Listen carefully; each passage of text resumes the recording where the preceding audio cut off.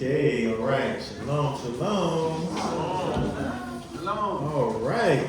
Yes, shalom. Okay, so we are going to, for this last day, speak a little bit about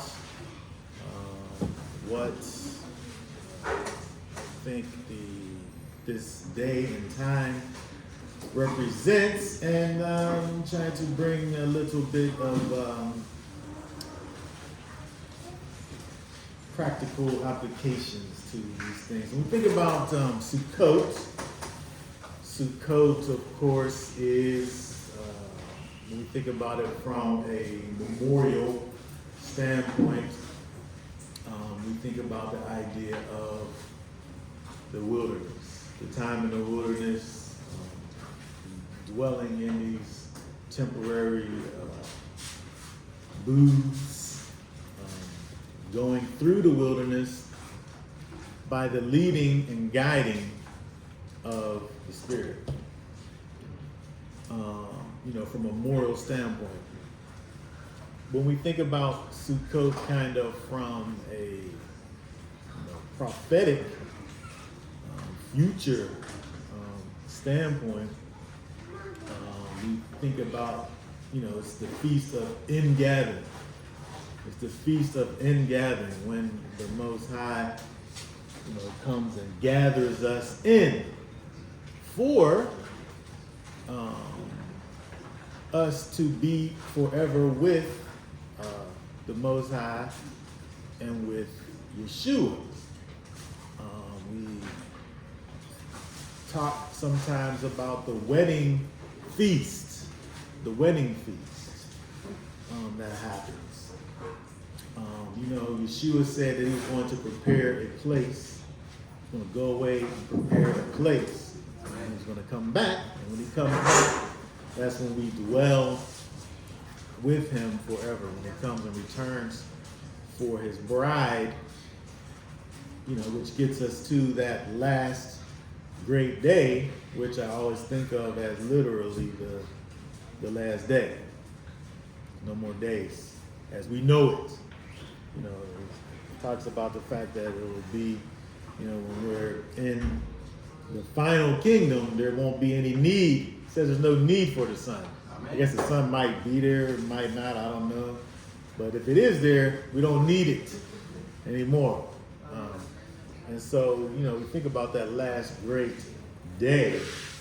And so, with that in mind, the last great day, I wanted to go over to Revelation. Because at that last great day, that time when we're gathered in, that time when we're rejoined, to our Master, at that feast,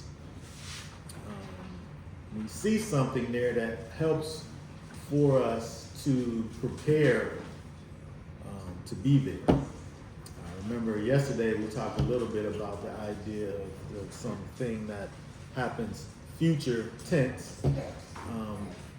But in this regard, when you think about the idea of a marriage, betrothal, you're legally bound when you're betrothed, which we would say that we are at this time, betrothed to the Master.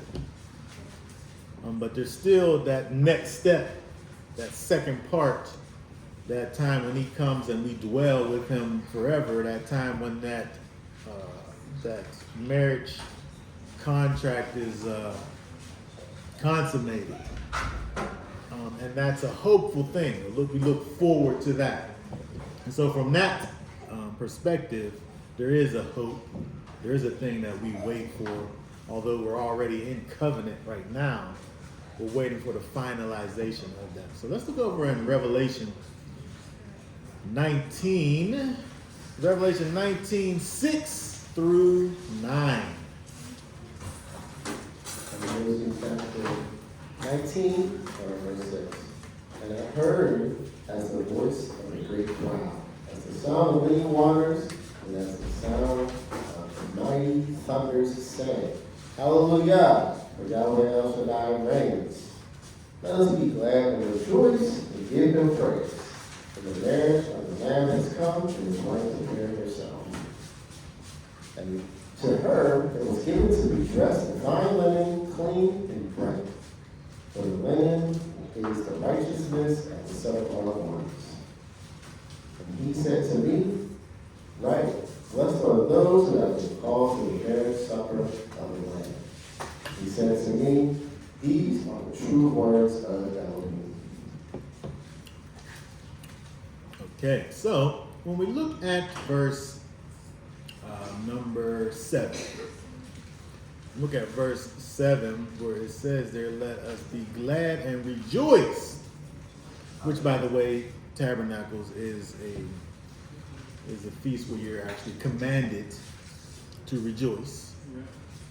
So it's interesting that, it don't mention tabernacles here, but it mentions that marriage supper, and it talks about this idea of being glad and rejoicing in preparation of this marriage. It said that the marriage of the Lamb is come and the wife has made herself ready. I want to talk about that part right there. Made herself ready. Because you think about the idea of a wedding. We have a few people in here who went through the process of, the grown folks, right? Who went through this process of being married. And the women in general, you're getting married. You're getting married. It's going to happen, right? You're at this point, but there's so much preparations that got to take place just for that ceremony part. I don't know what all you people do. I don't know what you guys do, but it's a lot. It's got to be a lot. They make a big deal about the dress, and you got to have your situation on. If you put a little eyeliner on, I don't know, or some, your special veil that you have, or whatever. There's much preparation that goes into just even the ceremony, right? Because when your husband comes and he takes that thing off and he takes a look at what's under there, just so you don't get tricked like the forefathers said there. He takes that veil off and sees, right? He sees the manifestation of the fact that she had made herself ready. But when we look at these verses over, it talks about the fact that these clothes that the bride had on, the white linen, the clean white linen, it says, for the fine linen is the righteousness of the saints. Now it's interesting when we think about the idea of righteousness of the saints, because that can really be looked at in two ways. Because in one regard, Yeshua, he went to the bridal store and bought the thing. He bought the linen. He prepared the white linen. Yeshua, in fact, is the righteousness of Elohim. And so from one perspective, you think about the righteousness of the set-apart ones. That's Yeshua. When we think about the idea of putting on Yeshua, we see this in various scriptures. It talks about put on Yeshua. We're putting on his righteousness. But with that righteousness, it causes us to walk in righteousness. So we have the idea of imputed righteousness that's given to us. And then we also have the idea of us actually walking out righteousness. And so when we think about this idea, it could be looked at in both ways. And so when we think about the idea of the bride who made herself ready and who's clothed in this white linen, and this white linen is the righteousness of the saints, and the righteousness of the saints is the righteousness, is Yeshua, and putting him on. What is it that we're putting on? What do we put on? We're putting on the character of the Most High in general. But it's interesting from a spiritual standpoint, we can see kind of what that looks like if we look over in Isaiah. Let's turn to the book of Isaiah. Isaiah 11. And let's read the first 4 verses of Isaiah, Yeshayahu 11, 1 through 4. Isaiah chapter 11. And a rod shall come forth from the stump of Yeshayahu, and a sprout from his roots shall be fruitful. The Spirit of Yahweh shall rest upon him, the Spirit of wisdom and understanding, the Spirit of counsel and might, the Spirit of knowledge and the fear of Yahweh. And it shall make him breathe in the fear of Yahweh. And he shall not judge by the sight of his eyes, nor decide by the hearing of his ears. But with righteousness he shall judge the poor, and shall decide with straightness for the weak ones of the earth, and shall strike the earth with the rod of his mouth, and slay the wrong with the breath of his lips. Okay, very good. It's interesting when you look at this verse, these verses here, and we know that this is referring to Yeshua. And so there's something that is from, a recognition standpoint that we're able to look at and see things that will be true for this coming Messiah. And it's that he'll have this spirit of Yahweh resting upon him. And then it gives you kind of, it's not like it's different spirits here, even though it says the spirit of wisdom and understanding, the spirit of counsel, might. This is all the spirit of Yahweh, but there's different aspects to this one spirit. But before we talk about those different things, I want to just talk about the fact that it said that it shall rest on him. It's going to be there. It's going to be part of who he is, Yeshua. That word there, rest, is nuach. It literally means to rest, to settle down, to remain, to sit down, right? It's really close. It's almost identical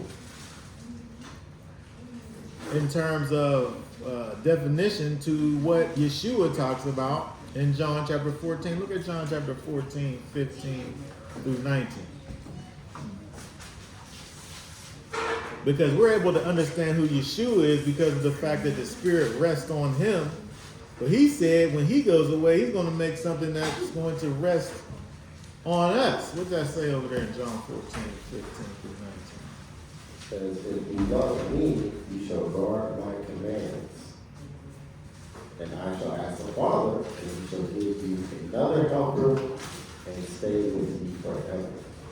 The Spirit of truth in the world is unable to receive, because it does not see him or know him.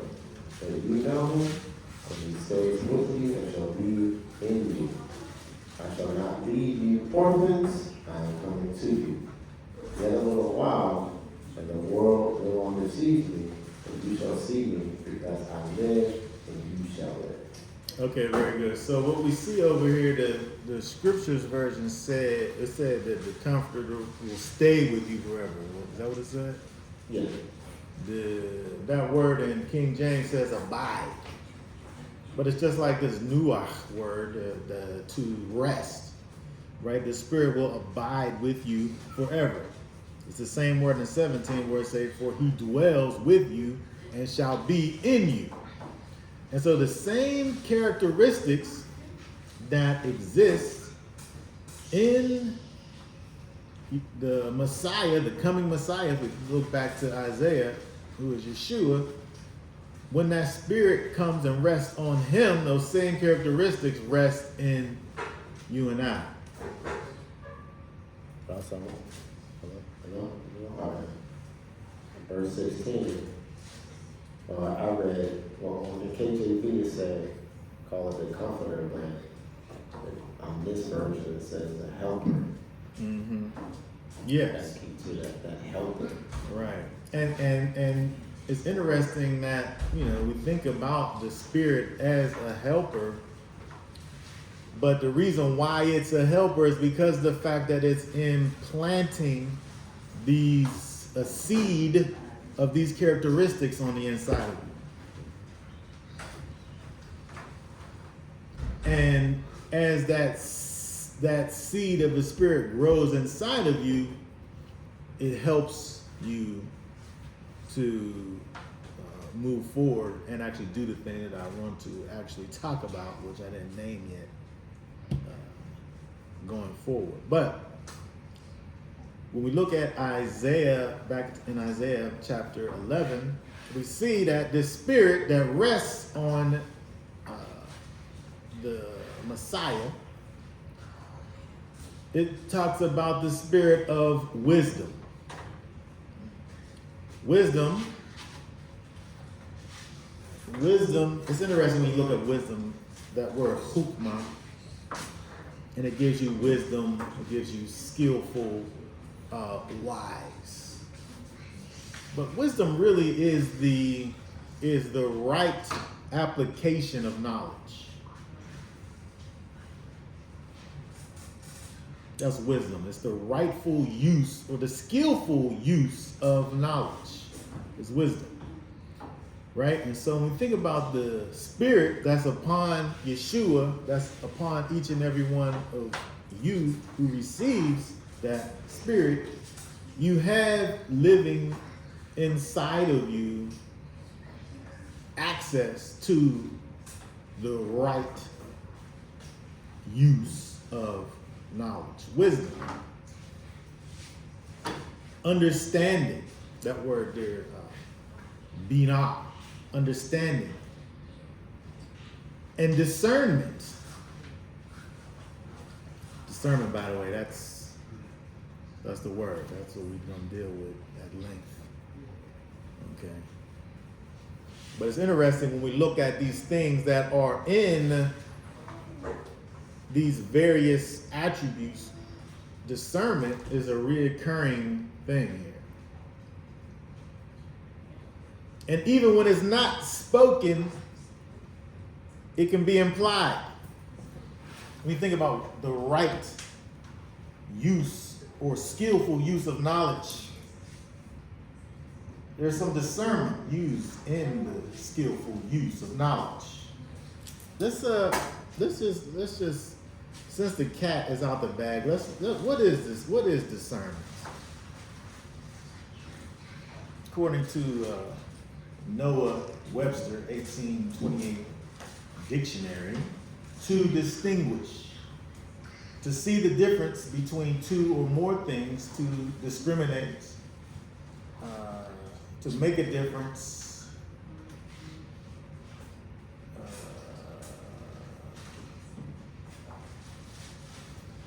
to discover by the intellect, to distinguish, to have knowledge of, to judge.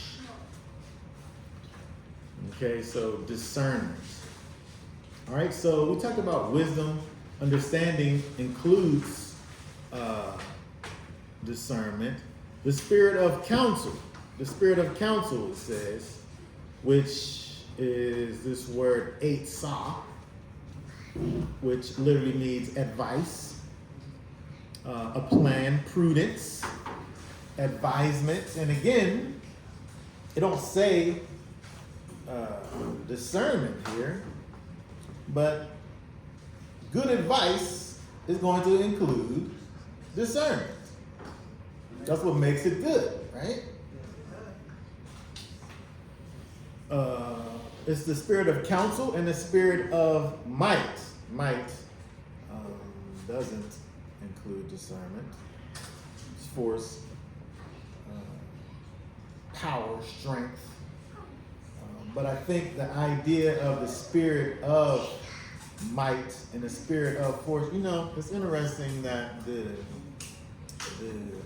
rabbis, when they talk about this idea of the spirit of might, and the fact that the Most High, He created everything.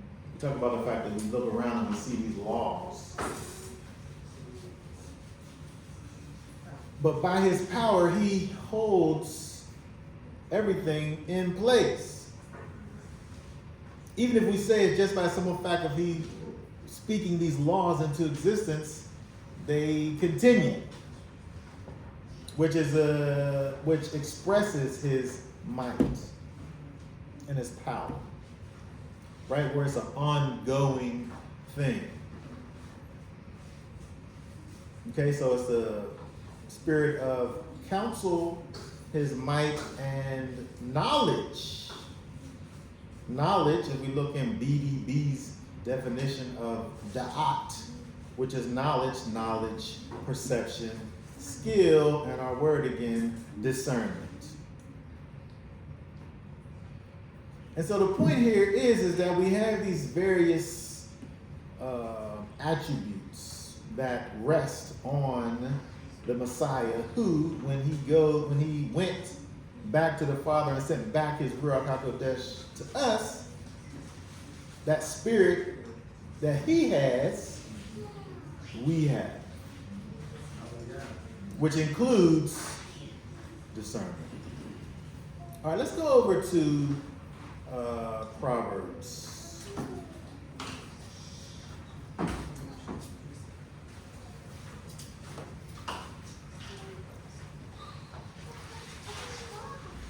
Because Proverbs kind of gives you the same idea, is that when we think about the idea of wisdom, there's many things incorporated, included in this idea of wisdom, the spirit,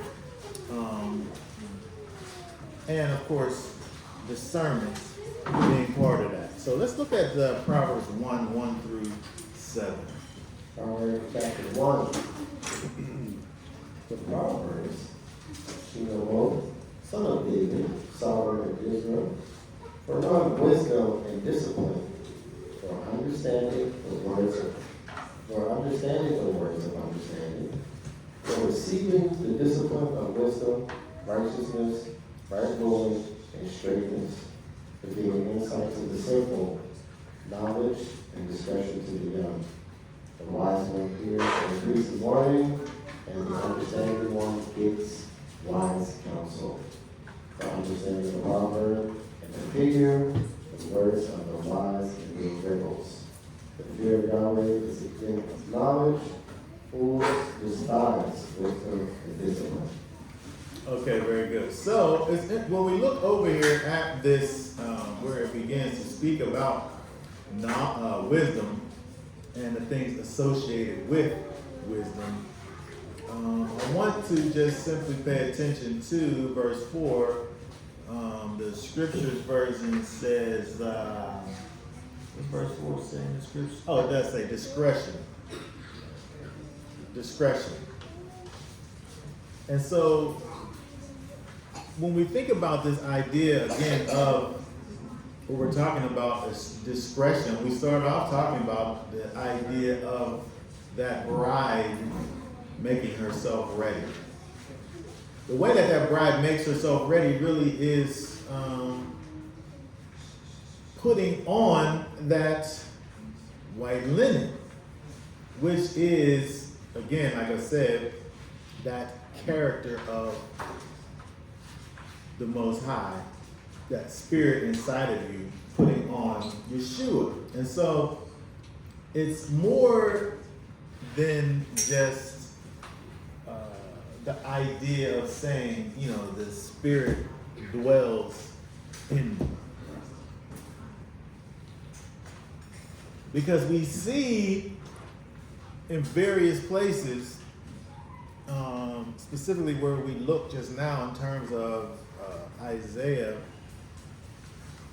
these characteristics that are connected to the Spirit. The Spirit brings about, if we follow the leading and guiding of the Spirit, brings about particular things it should bring about in us.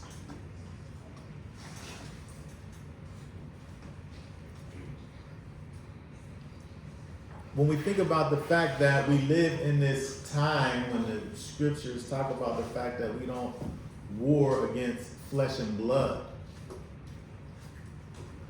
Matter of fact, when we just looked at the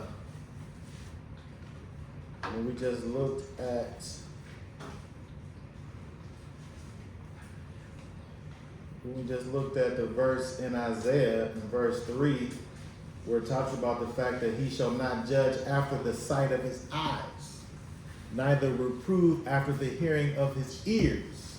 It's not these physical things that are going on that we need to worry about necessarily. It's the things that are behind those things. And that spiritual discernment is what we need in order to deal with these things. Now, when we think about Isaiah talking about the Messiah coming and with his judgment, but we have to judge every single thing that we deal with in life. And it's not always about what the thing physically looks like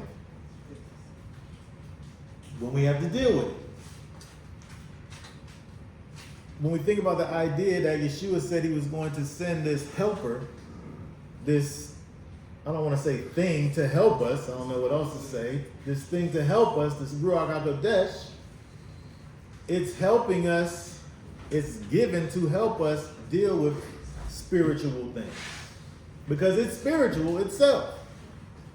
And so when we think about this fact that the judge himself is not dealing with the sight of his eyes and the hearing of his ears, how much more so dealing with you and I and the judgments and things that we have to deal with every single day. We are in dealing with this spiritual warfare, and it's necessary for us to be able to exercise discernment. Let's look over at 1 John. 1 John 4 and verse 1. Because there's things going on that we can't see with our eyes. But if we are able to pay attention in the spirit, we can see. 1 John 4 and 1. 1 John 4:1. Beloved ones, do not believe every spirit, but prove the spirits, whether they are of Elohim, because very false prophets have gone out into the world. Okay, so the more I don't like to talk about things that seem traditional, the more I want to talk about things that are traditional. The more I don't want to say that I'm a dispensationalist. There's things that happen in the, from a scriptural standpoint, that happen in seasons. When we look at a prophet of old, the prophet, he instructs the king. He hears from the Most High. He tells the king what the Most High had said. And you believe what the prophet said.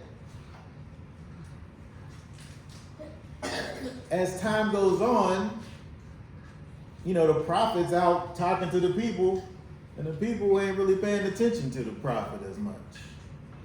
He's still saying what the Most High said, but because of the disobedience, I guess, of the people, he's not as his words aren't as weighty, I should say.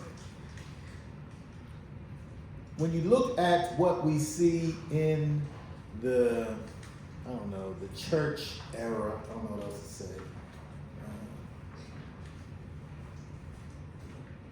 Prophet, when we look at this over here, it's something that's always weighed out by the rest of the people, the teachers, and the apostles, and the other prophets. These things are weighed out. Someone's not coming along saying, "Thus says Yahweh," and then you just believe that that's what that is. He said right here, don't believe every spirit, but test or prove the spirits to see whether they are from Elohim. Because there's many false prophets. But if we're not functioning in the spirit of discernment, we can really test, like how are we going to test it?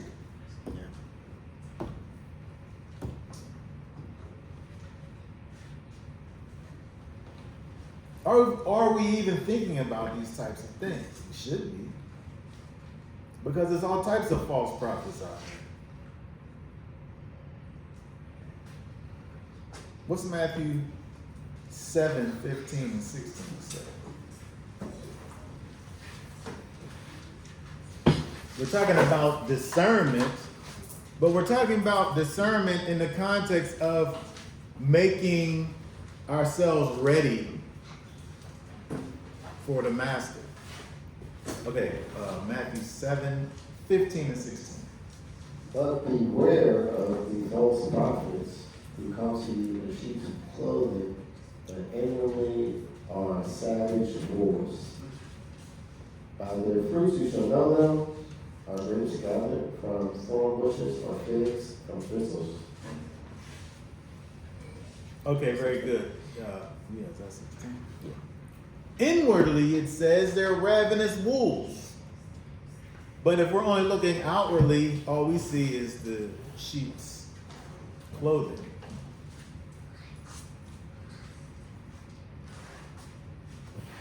It's interesting that Yeshua, although, it is Yeshua, but still he's giving us kind of a picture of what it is that the way in which we should be.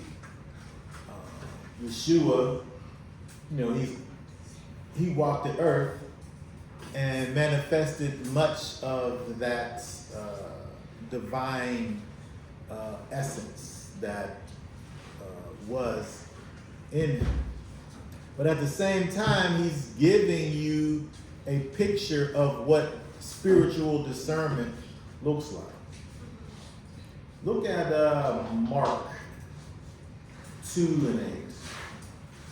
Mark 2 and 8. And immediately Yeshua, knowing in his spirit that they were reasoning that way within themselves, and said to them, why do you reason about all this in your hearts?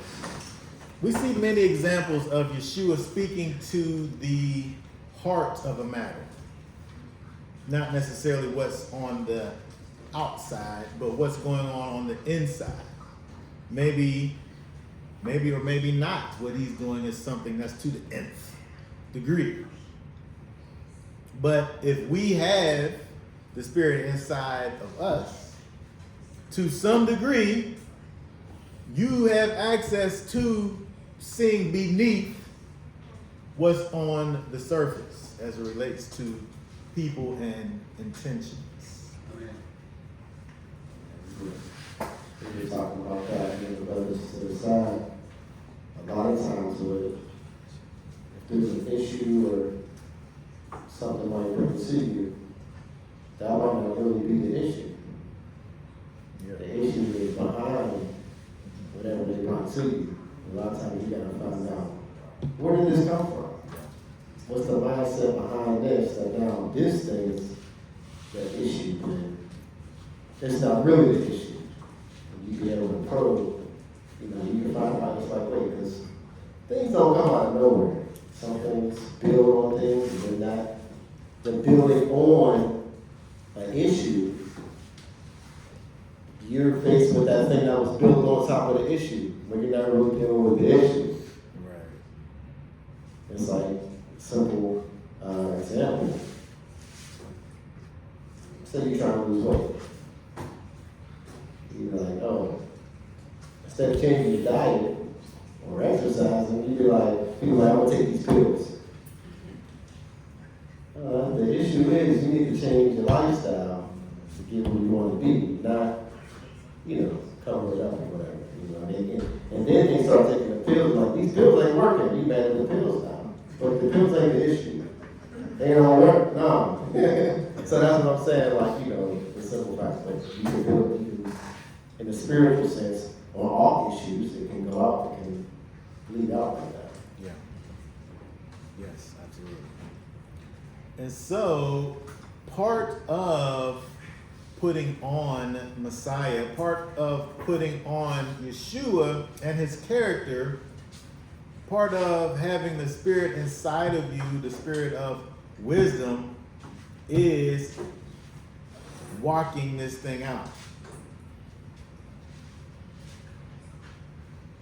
I mean, the fact that we have the Spirit inside of us shouldn't be how, like, for instance, I walk around most times arms. But I've never shot anybody. I've never used it. Right? But that's not a good parallel for the Spirit inside of me. Right? Huh? I hope not. It's not a good parallel. Right? The Spirit inside of me is placed into me to change me for the better, to continually change me. And so if this is not the case, there's issues, right? Let's look over at Hebrews chapter 5. We're talking about the idea of preparing ourselves for this future situation, right? Hebrews 5:12 through 14.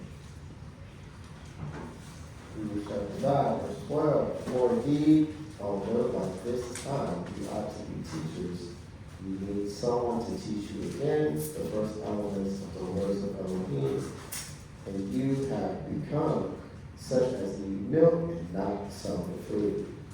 For everyone partaking of milk is inexperienced in the word of righteousness, but he is a baby.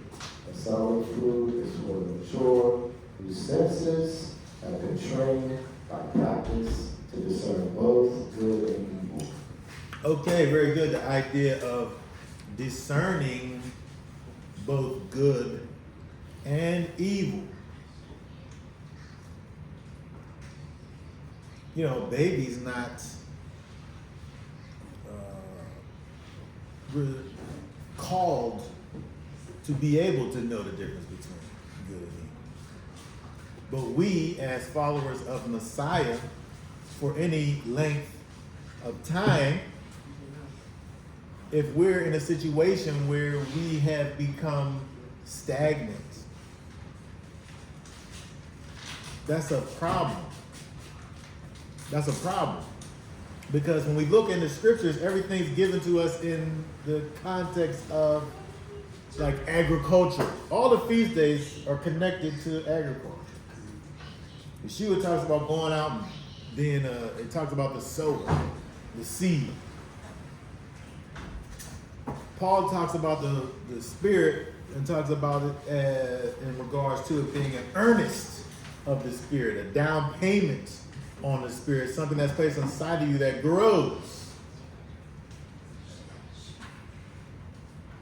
Paul talks about the fact that if you don't have the Spirit, you're none of his. But he said the one who walks, who is led by the Spirit, that one's called the Son of Elohim.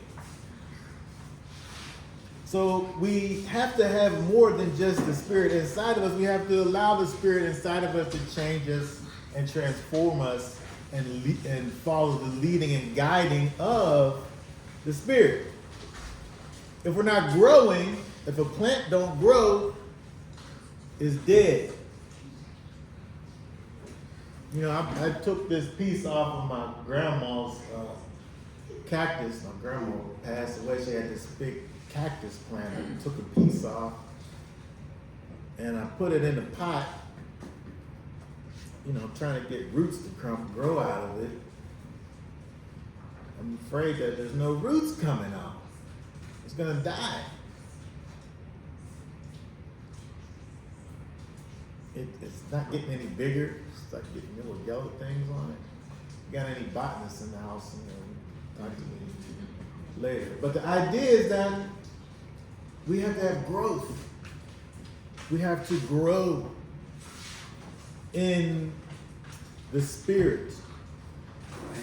When we think about the idea of what's given to us in Revelation in terms of this idea of making yourself ready, it's a continual process. We don't have the luxury to be slack when it comes to our spiritual growth, because we're never safe. There's always things fighting against us.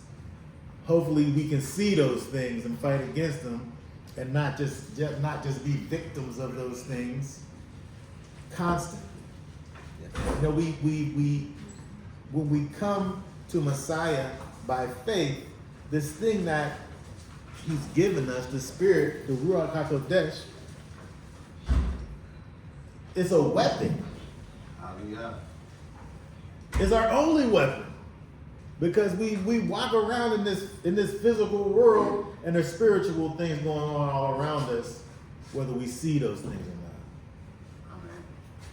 not. Amen. The scriptures talk about snares and traps.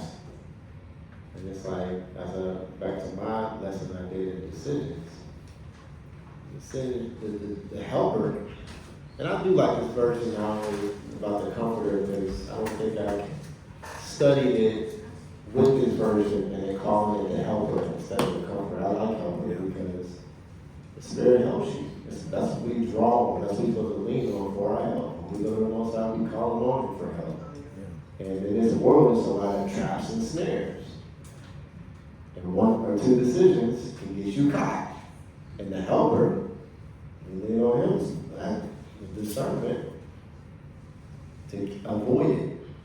And so I like that version. Let's go back and learn the other lesson. So I heard someone talk about one time that word comforter in the Greek, parakletos, comforter, counselor, intercessor. I heard somebody talk about one time in like the Roman realm, this like soldier person who was this armored like guard, parakletos thing. He was this armored guard who stood by as like a bodyguard. So it has the idea of this thing standing by with strength. And that's what we experience when we have the Spirit inside of us. This helper, this comforter. It's interesting to think about it as this comforter, this like kind of this soft thing. Oh yes, it's okay. That's why I was like, helper way better. Yeah, but especially spiritually, like something to calm you down. If you just think it's pacifying you. I don't need nothing to rub on my back. Right. I don't need that. Yeah. I need something to hold my back up. Exactly. Right? Somebody come, get yourself together, man. Okay, sit up That's straight. To someone to come along with strength, but that's what we have with the Spirit, and we need it. He said, I will not leave you comfortless. And so when you think about the fact that, we've been given these tools inside of us, the Spirit. And it's not automatic. It has to be cultivated. Right? It has to be cultivated. It's there. The potential is there. But it has to be cultivated. Call upon it. Yes. Call upon it. It's a real thing. Yeah, call upon it. Let's see here. Look at, let's go to,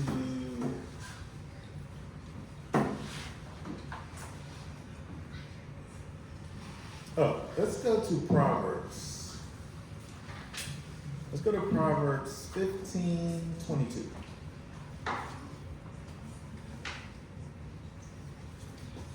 That one verse. Yeah. Proverbs 15:22. Without counsel, plans go wrong, but by great counselors they are established. When we think about what we have in the body of Messiah, we don't have to sit around and try to figure things out on our own. I'm able to call on my family for counsel. When you try to do things on your own, it said over here, without counsel, plans fail. You don't have all the answers, right? We're not all spiritually mature in order to be able to deal with all situations.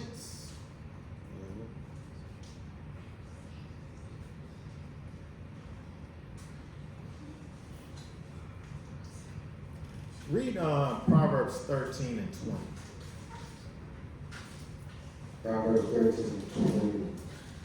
He who walks with the wise shall be wise, but the companion of fools is evil. Okay, very good. Yes. And so, when we think about this in the context of the body of Messiah, we're here for one another. We should be here. Where I lack, someone else may be strong. And we should take advantage of those things. And when we think about the Spirit, again, the Spirit and what it provides for us, it's for us not to take advantage of that. We harm ourselves. We harm ourselves to not take advantage of the Spirit inside of us. Look over at Hosea 4 and 6. Hold on, let me just see if it's only 6.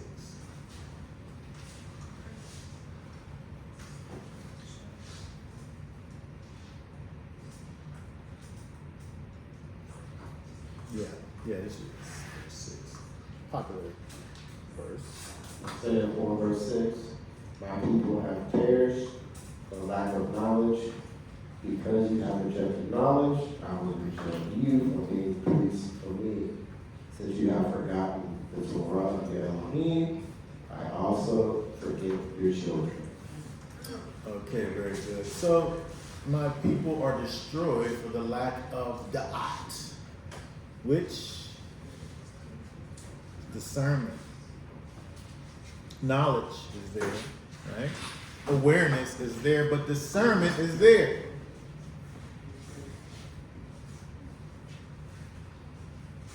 He said, my people are destroyed for the lack of discernment, for the lack of the ability to be able to distinguish between good and evil.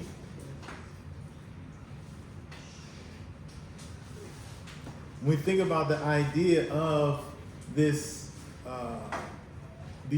fine linen garments that have been placed on us. Can you imagine getting to the place where you're not able to distinguish whether these things are white or stained? But that's what it's talking about, right? With this discernment. And this one they call it off white. That's off Ivory. Yeah.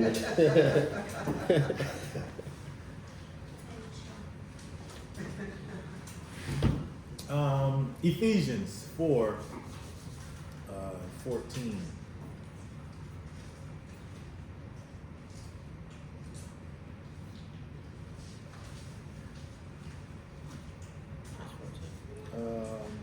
Hold on, let me just see. I just know 14.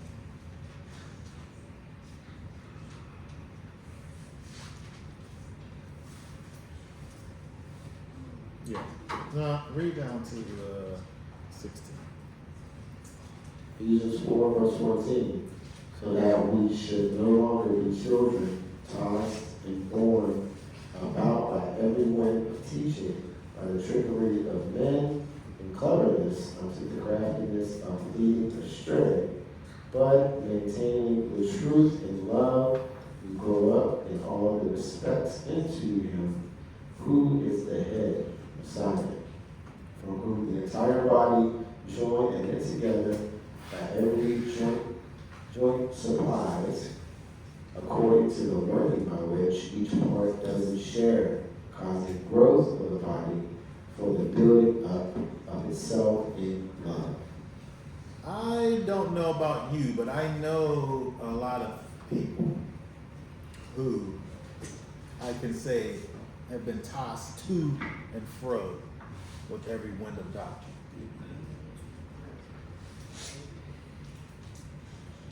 Some new thing comes along and did you hear about so and so and such and such? The next thing you know, they start following off of these strange things, and then they just go off into whatever. Not necessarily because they didn't have the Spirit, but because, I mean, they quite possibly didn't have the Spirit, but it's quite possible that they just didn't follow the leading of the Spirit. Or wise counsel from people who do have the Spirit. In either case, lack of discretion is the issue here, where people are going into deception because of that.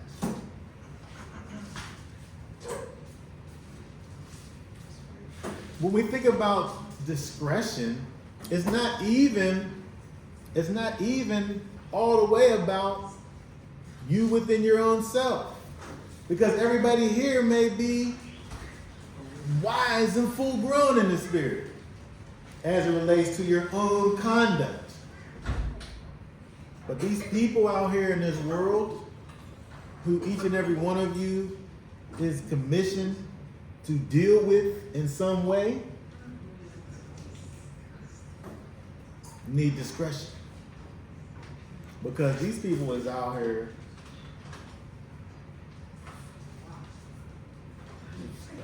I don't even know what words to say what that is. Walking dead. But these people are out here demon possessed and doing all types of things and having all types of bondages, spiritual bondages, that if we're not careful, that stuff might leak out and get on you. From a spiritual perspective. But if you're not cognizant of what's going on in the spirit and the people who you're dealing with,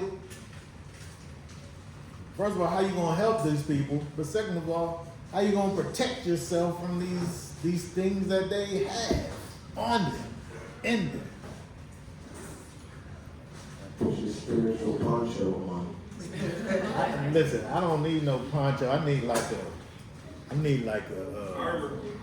something that don't got no holes in it. You know what I mean? I need one of them something. something. But all of that's incorporated in discretion.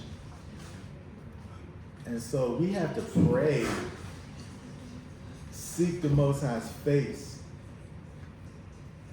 and ask Him to help us at every moment, at every turn, so that we're able to grow in the Spirit in a way where we're able to not only be able to be strengthened within our own walk, but also be able to be effective lights in this world of darkness.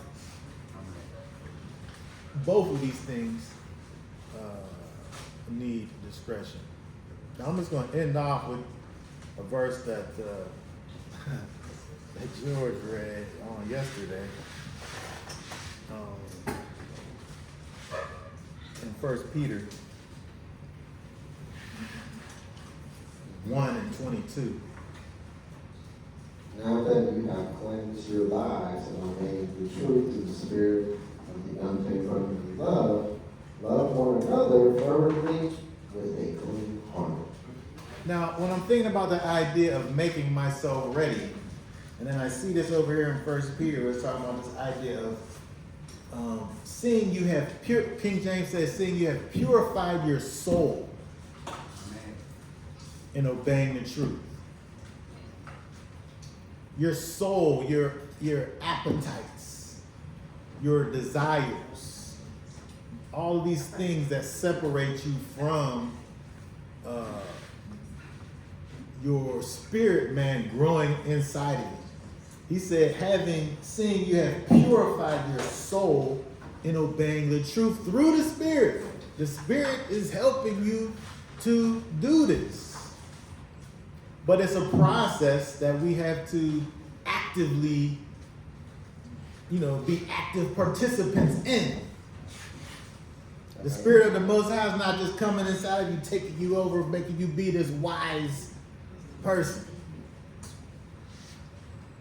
You have to be an active participant in it, in the purification of your soul, in obeying the truth through the Spirit. The Spirit is given to you for you to walk in His commandments. It's not just about just do's and don'ts, but it's about you lining up your life with your person with the character of the Most High, and walking that out and getting closer and closer to Him, so that it becomes easier and easier to be able to distinguish between good and evil within yourself, so that you are able to, then help with people outside of yourself, because at the end of the day, that's what this thing is all about anyway. This life isn't, it's not about selfishness on any level, right? You come in, get yourself together. Now it's time for you to aid in the getting together of others. That's what life is about. Everybody has their own way that they walk that out, but guess what? There's only one job for all of us, and that's spreading this light of the Master to those that are in darkness. And the only way that we're able to do that is to allow the tools and the weapons that He's entrusted to us, allow those things to grow inside of us. Okay. Does anybody have any thoughts, questions, comments? I'll say that one thing that helped me, continues to help me in my journey, is the only expectations that I really put expectations on are spiritual things. On yourself. Yeah, on myself. I mean, even to the point where, look, if I don't eat today, I might freak out a little bit. It depends on my health. If I ain't planning on fasting. But at the end of the day, I make sure that I check myself and be like, look, you ain't gonna die. You ain't dying. And if you do that for everything, you know, just limiting expectation, you know, for what your spouse might do, your kids might do, or your job, whatever. You lower the expectations in that. Just keep it all spiritual. It's like you just keep building and growing and get through all this easier. Yeah, because it really is. It is all spiritual. It all is. Yeah, that's it. Once you lock that in, it's like lock it in. It's a mindset. Yeah. It's interesting because we spend so much time doing so many things. So many things. But how much time in relation to those things, whatever those things are, do we spend in the purification of our souls? Right. Right. Let me give up. I got a personal example, even on this trip. So, our van back there, the key broke. That was one of the first things. So, keys for these cars, y'all know they ain't cheap. Like $200 they want getting us a key for one of these. So that broke. I got a 3-prong charger that you can charge 3 different devices at one time. That broke. So now we was down, you know, I got all these children, they want to charge stuff, so that broke. I just crashed my drone. My drone crashed, I just broke that. Yeah. How many years now? The 3rd year I had that, I just broke it. I just crashed it. Well, you know, what else happened? Something else happened. Gas in the van, that wasn't too bad. The light weights were right. Yeah, that's good. We ain't stranded. But That was important. But all that to say, She was trying to be stranded. yes, well, we triple A on that, that's okay. But the mindset is the Most High will replace it. I'm not worried about it. You know what I'm saying? You know, some people would be, you know, I'm just like, I'm kind of like, what's next? Yeah. You know what I'm saying? But that's how you look at it sometimes. But it's like, look, we still not ain't nobody hurt. None of that stuff matters. It should be replaced. It is what it is. Next Super, I'm gonna have better stuff. And it always worked like that. It always do. So sometimes the Most High can be getting stuff out of the way to give you something better. That's how I always look at it. Yeah. I ain't gonna look. It is what it is. And that's if you keep that kind of mindset, you leave the opportunity always there. Don't dwell on what your loss is. Look at what you still got. Like I said, count your blessings. Count your blessings. Go on to them and keep going. That's it. Yeah, so I think it's important for us too, as we actively participate in this idea of being that wife that made herself ready, is really to think about the fact that, these things that happen in the physical realm, from a physical perspective, each and every one of those things happened. It's not like it's not real, like it really happened. But what is the thing that's beneath that thing that's going to teach us a lesson from a spiritual perspective? Like, you're able to not be whatever about what happened to you if you just shift your focus onto maybe the Most High trying to show me something. Right. Maybe he's about to give me a new drum. Yes. All of these things, like these things that we look at, and they're like things that could be considered bad per se. They're just trials. They're just bumps in a road. They're not turning you around. It's not making you, you know what I mean? It's just a thing that happened. We're still able to move forward, but it's about shifting that focus and being able to concentrate on the goal, which is walking in the spirit of Messiah and allowing his character to shine. Like you really could have acted wrong. As the generation behind me said, I could have crashed out. Could have crashed out. As a result of those things, right? Right. I mean, I could think of something else that could have made you crash out. But it's just like this life is our wilderness experience. We have to go through each and every one of these things that we go through for the purpose of causing us to grow closer to the Most High. And so we're able to look at all of our things, even the things that we so-call are failings. Yep. It's only something that is just part of our journey.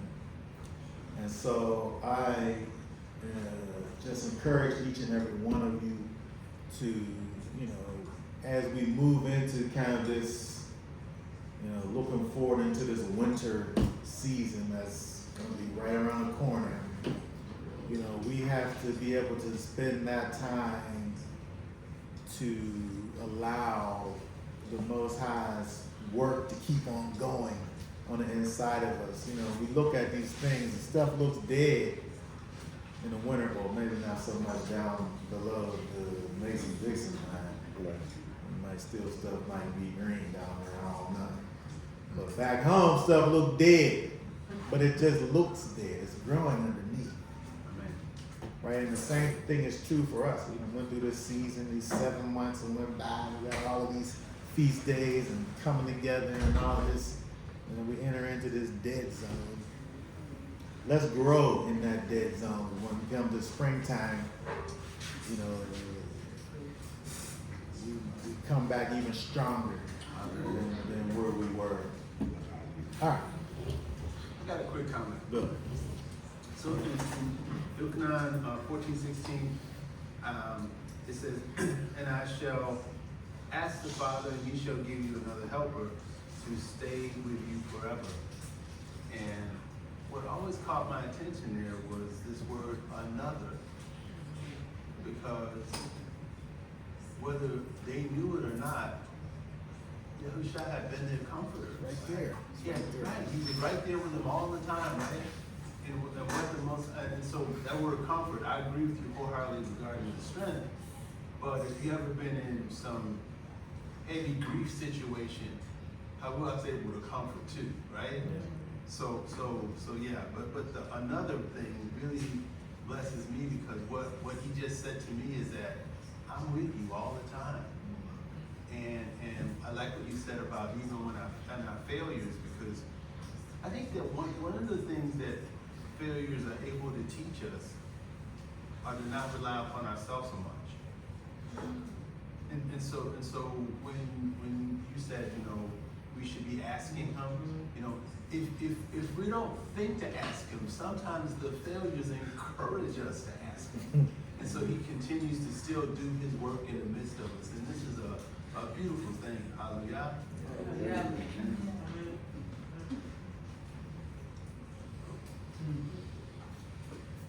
Yeah, sometimes funny thing is like your brother said, a lot of times you won't ask for help. I know it is, it can take a while, but you gotta be at a certain point before you take somebody's hand and assist you. Because you so hell bent on getting it right. I can do it. I just need a little more time. And most times sometimes it takes Preach, brother. It takes you to that point, that's right. I can do it. Yeah, that's it. Take you to the point where you kind of enjoy it. I think that, and that's, I get as men we do that because society made it like that, because we don't have a unit, like a community of men where we can lean on each other all the time. We get used to it. It's like create pride in that, or if you don't get that, it's like, I'll figure it out, I'll handle it. And then that's you at the bottom. The only way out is to ask for help. A lot of times, and sometimes you go too far with that. You could ask for help sooner, and you haven't go that far down where you went, you know. But I think that's one of the purposes, or is one of the purposes of walking this thing out in faith and building these relationships to have that helping hand and have that strength.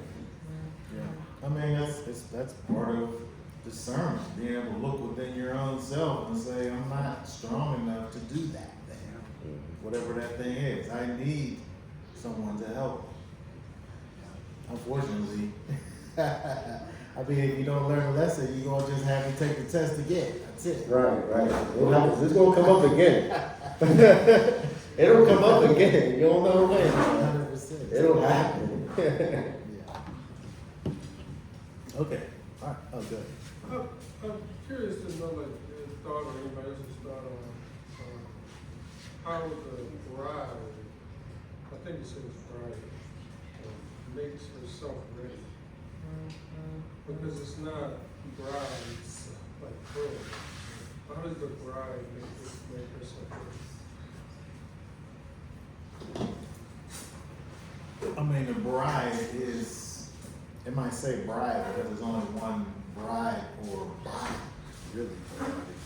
The ones that Messiah's coming back for.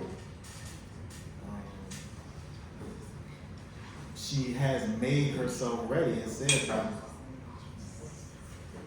having those garments on. So that's walking in the Spirit. That's allowing the Spirit to not only just be inside of you, but actually walking in that Spirit and allowing that righteousness that has been placed on you to be manifest through you. If we think about the bride, the body of Messiah, as someone who's been given this righteousness, this clean white linens, and then you, as this bride, allow these things to be spotted, you haven't made yourself ready. Right? When we don't allow the Spirit to do the work that it was made to do inside of us, and we don't allow it to do its thing inside of us, we haven't made ourselves ready. And again, it's not a merit-based thing, right? It's not a merit-based thing because he's providing the clean linen. And he's also providing the strength to keep that thing clean. And he's also providing he's paying the bill, the cleaning bill, if it does in fact get dirty. But also too, part of the body, the arm and the hand washes. So the people in the body can help clean other parts of the body. Yeah, it's all of that. It's not. You're right. It's a bride, but it says wife in the King James. It might say bride in another thing. It's one body, but it's all of us, right? It's all of us doing it. I can't even see the dirt that's on my back, but you can see it. I hope you tell me about it. And at this point here in Revelation, an active process had already happened, and then the wife is standing right there ready. Go ahead. Yeah, and I think that's part of the notion, the way I read it, right? So you brought up some great texts in John chapter 14, he shall send you the Spirit of truth. And if you look at, for example, Acts 17 and maybe 16, they were waiting on the Spirit when he left to do activities that they could not do independent from one another. And that happened at Shavuot. And it transformed them to be a unified one, to then go out and in Acts 17 it said they turned the world upside down. And Now, the way I say it to people is, I'll use this language, but a 30-year-old and 12 of his friends did some activities that got us sitting here today. Because they couldn't do it of themselves. Like prior to casting out demons, they couldn't do that under their own volition. But even when they came together and unified in acts, I think that that's also part of their purifying process. Yeah. Because in Philippians it says something like, let nothing be done through strife and vainglory, da, da, da, da. Let this mind be in you that was in Yeshua HaMashiach. Look not on your own affairs, but on the affairs of others. And then it says something like, we should walk even as he walks. So like that part, I think, is the part of that, like you just said, like the cleaning it back. As we come together, like, hey, it's this thing that you're doing, like we've watched you a couple times, that thing is like Mashiach. And you clean me through him, and I clean you through him, or she consists of however. But I kind of read it like also like that purifying process of unity, and that is what the Holy Spirit or the Ruach HaKodesh, when it came, that's what it created. Yeah, absolutely. I mean, there's a spirit of unity. When you deal with these people who don't have the spirit of unity, you think about the body of Messiah, it's a body. We should be seeking to deal with other members of the body, because I'm just an eye. And that's all I could ever be is an eye. I need the ear. I need the feet. I need all the other things. I need the other parts. I'm just able to do my part. I can't do all of the parts. And he set it up that way, and I agree with him. He should. He knows, I'm pretty sure he knows what he's talking about. And so when you think about this verse in Revelation, all of those things are incorporated. It's not about an individual, it's about a collective. And the last thing I'll say for our land is like that point you just made, as great as you are in your function, you just provided to get 2020, which is not a kneecap. And until the people become unified, because somebody asked me one day, well, how do y'all, such and such, how come y'all can't do the things that they do in Acts or something, or like in terms of like casting out and healing the sick? Yeah. Because we have disjointed body. Like the kneecap is over there, like you can't feel like proper function and be as prepared in this disjointed space. But as we come in unity, the body starts to take shape almost, I don't know, Voltron or whatever, Transformers, whatever it's like. Now you can fulfill a great function and you're like, oh, now it manifests. And I think that's also part of the purifying process. Yeah, we read that verse in Ephesians 4:16, for whom the whole body fitly joined together and compacted by that which every joint supplies, according to the effectual work in the measure of every part, making increase of the body unto edifying of itself in love. Yeah. We've had people come through who are like, basically they want to see us performing all of these different acts that like the apostles have fulfilled, and then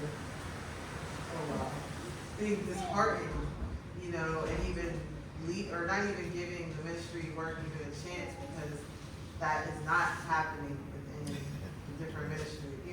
Ain't nobody just walking by dead people and they raise them from the dead. And so they're like, oh, I read all of this, and so why aren't y'all doing that? And that means that y'all aren't on the right path. So, but then it's just like, well, if everyone's coming with their, But they're doing it though? they're not, but they're judging us because we're not. It has happened, literally. a guy read the book of Acts during, it was a Feast of Tabernacles actually. He read the book of Acts, and then he came up to you and he said, bro, you're not doing this and that, and we're not doing this and that, so I'm out. It was pretty, he was upset. Yeah. He felt like we had bamboozled him, because that's just Nobody not. told him about all that stuff in Acts before. You said he left out. Yes. Came. It was at a Feast of Tabernacles that happened. But it's like, you know, if you grow in the Ruach, maybe there's a piece of that puzzle if you stick with us or stick with the body of Messiah. You know what I mean? Because there's really nowhere you're going to go within the body of Yeshua and find that in today's dispensation. You know, Benny Hinn. it could be. That's on that. Or it could Maybe be. you can't raise people, It's so going you have on, to it do. might be going on somewhere. Now I'm about to leave you talking to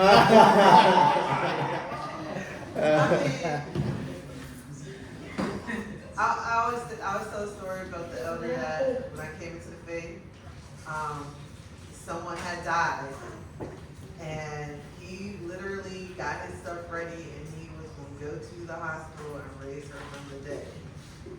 And I thought he was crazy. My mom thought he was. We all was like in Shabbat, so we was like, I don't know what he's about to do. And the only reason he couldn't make it in the family blocked him from going in there. But, you know, looking back, I'm like, oh, I wish that I would have seen what happened, because he had enough faith. He literally started packing, he heard she died. He started packing his stuff up, and he said he was going to go raise her from the dead. Like some of this problem is contingent on not just faith, but the will of the Most High. That we don't see certain things. So it's not that we don't have faith. It's that His will may not be for these things to take place like that. Another person also. Yeah. Because everybody's quote unquote gifts of the Spirit may look different. Yeah, that's right. And then exactly what 1 Corinthians 12 says already. And so, you know, it's like if someone has the gift of discerning of spirits and they're able to tangle with them appropriately by Haruach, they may at the same time be a little weaker when it comes to some of the facets of the Torah, right? And the whole idea is they all come together. But it kind of goes back to the little brief conversation we had this morning about throwing the baby out with the bathwater, because the weird. So what I find is that oftentimes, like, you know, the Army, the Marines saying we're really bad, and the Green Berets say we're really bad, y'all nothing, right? The Navy says, yeah, I don't know how to. Everybody is like poo-pooing each other instead of realizing that we're all part of the armed forces of Elohim. And there are people who've been gifted with these sorts of gifts and talents. But it seems like there's such a divide that they don't know about each other. And I don't know if it's the Most High's, you know, if he's doing some guerrilla warfare or something, not bringing it all together just yet. But you know, I've been around a bit, and I have seen, experienced, and partaken in many of these sort of spiritual gifting environments, and I'm here to testify that they're real. It's just that for whatever reason they can't stand each other, and you know. So my encouragement is you know, don't give up on what the book says, because people go shooting off with their mouth with no good sense, right? Let us, you know, focus on what the book says. If we're seeking gifts of the Spirit or our own gifts, then let us ask our sovereign what they are and let them manifest as freely as he would have them. Yeah. So that's advice I give. Oh, yeah. All right. Hallelujah. Oh, Well, I just wanted to say I enjoyed all of the teaching. Yeah. You all spoke on a lot of different things that went together for me. And it just reminded me of where I started and where I'm at now and where I'm going. Because when I first started, I didn't see anything about community. So I know in most of the teachings, everybody talked about fear and having a righteous fear. And then you come and you speak about wisdom. And so I thought about, Proverbs chapter 9, where it says the fear of Yahweh is the beginning of wisdom. So you have to have that righteous fear in order to obtain the wisdom of the word. And so I remember in the beginning of this walk when we were keeping the feast days. And when it came to unleavened bread, I was getting the understanding of it. And my husband was speaking about, taking everything that had leaven in it out the house. And every year, I think it was Adriana's school, would sell Otis Spunkmeyer cookies. And no, it was Audrey. But it was a once a year thing, and I would get like 3 tubs. Once a year, you can't buy these cookies in the store. And these were some really good cookies. And George was like, we got to get all the leaven out the house. Well, I had an understanding of the house, but I thought about the car. The car ain't in the house. So I put my cookies in the trunk of my car because I didn't want to throw them away. So, the Most High, I just, he delivered me from that. I just stopped buying because, the car is part of the dwelling, all that dwelling place, okay? So, I got delivered from those cookies, and I just stopped by. I stopped by them, so I have to worry about throwing it away, don't buy it.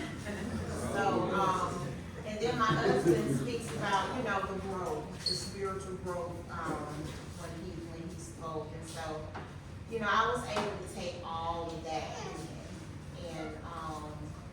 and all of it makes sense, and all of it goes into, spiritual growth. And then just sitting back and looking at how they're growing. So, I'll praise to the Most High. And none of us traded notes. None of us talked about, what you gonna talk about, bro? I'll make sure none of that happened. And so, this is a real testimony to, I think, the work of the Spirit. And so people are, I don't know, looking for people's heads to spin around or what, but the works of the Spirit are so varied that we just need to discern when Haruach is in our midst and doing our thing. And be grateful and be able to follow that leading and encourage each other in that vein, because we want him to do what he wants to do, not what we want to do. We don't want to have agendas that override his. I mean, some folks tried that and didn't work out real well for them. Hallelujah. Yes, in the spirit of giving testimony, I'm really appreciative of being able to make it down, being invited down. We were looking at, I think last week, I think I was in Ohio.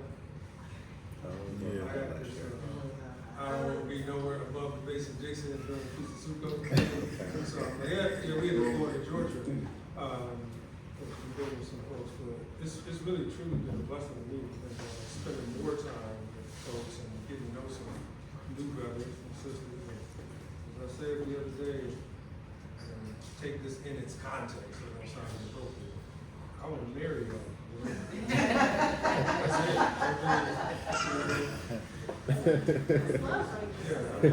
And I'm sure, you do get married, so you still got to work out things that come up. We've had small things that come up, and let's talk about this and work things out, and keep working out. I really appreciate the camaraderie, the fellowship. It's not many places you go. This was just weird for me. There's a few people who like, oh, I'll show you want to teach. People do that. But some people like, man, sit over there and shut up. So it's even the spirit for people to like, you want to share something? That's not normal across groups in general. Now, some people do it for no one exception. But it's just a blessing, for camaraderie, the fellowship, getting to know people. I've been praying for people, like, honestly. Yeah, all right. Well, on that note, I guess we're done for now. 30 seconds, man? I feel like we had like more than 30 seconds. Hey, bro, what I would like to do, and I know Bo said he gonna compile the information, but I still want to pick up the conversation from last night on some level, just to see where everybody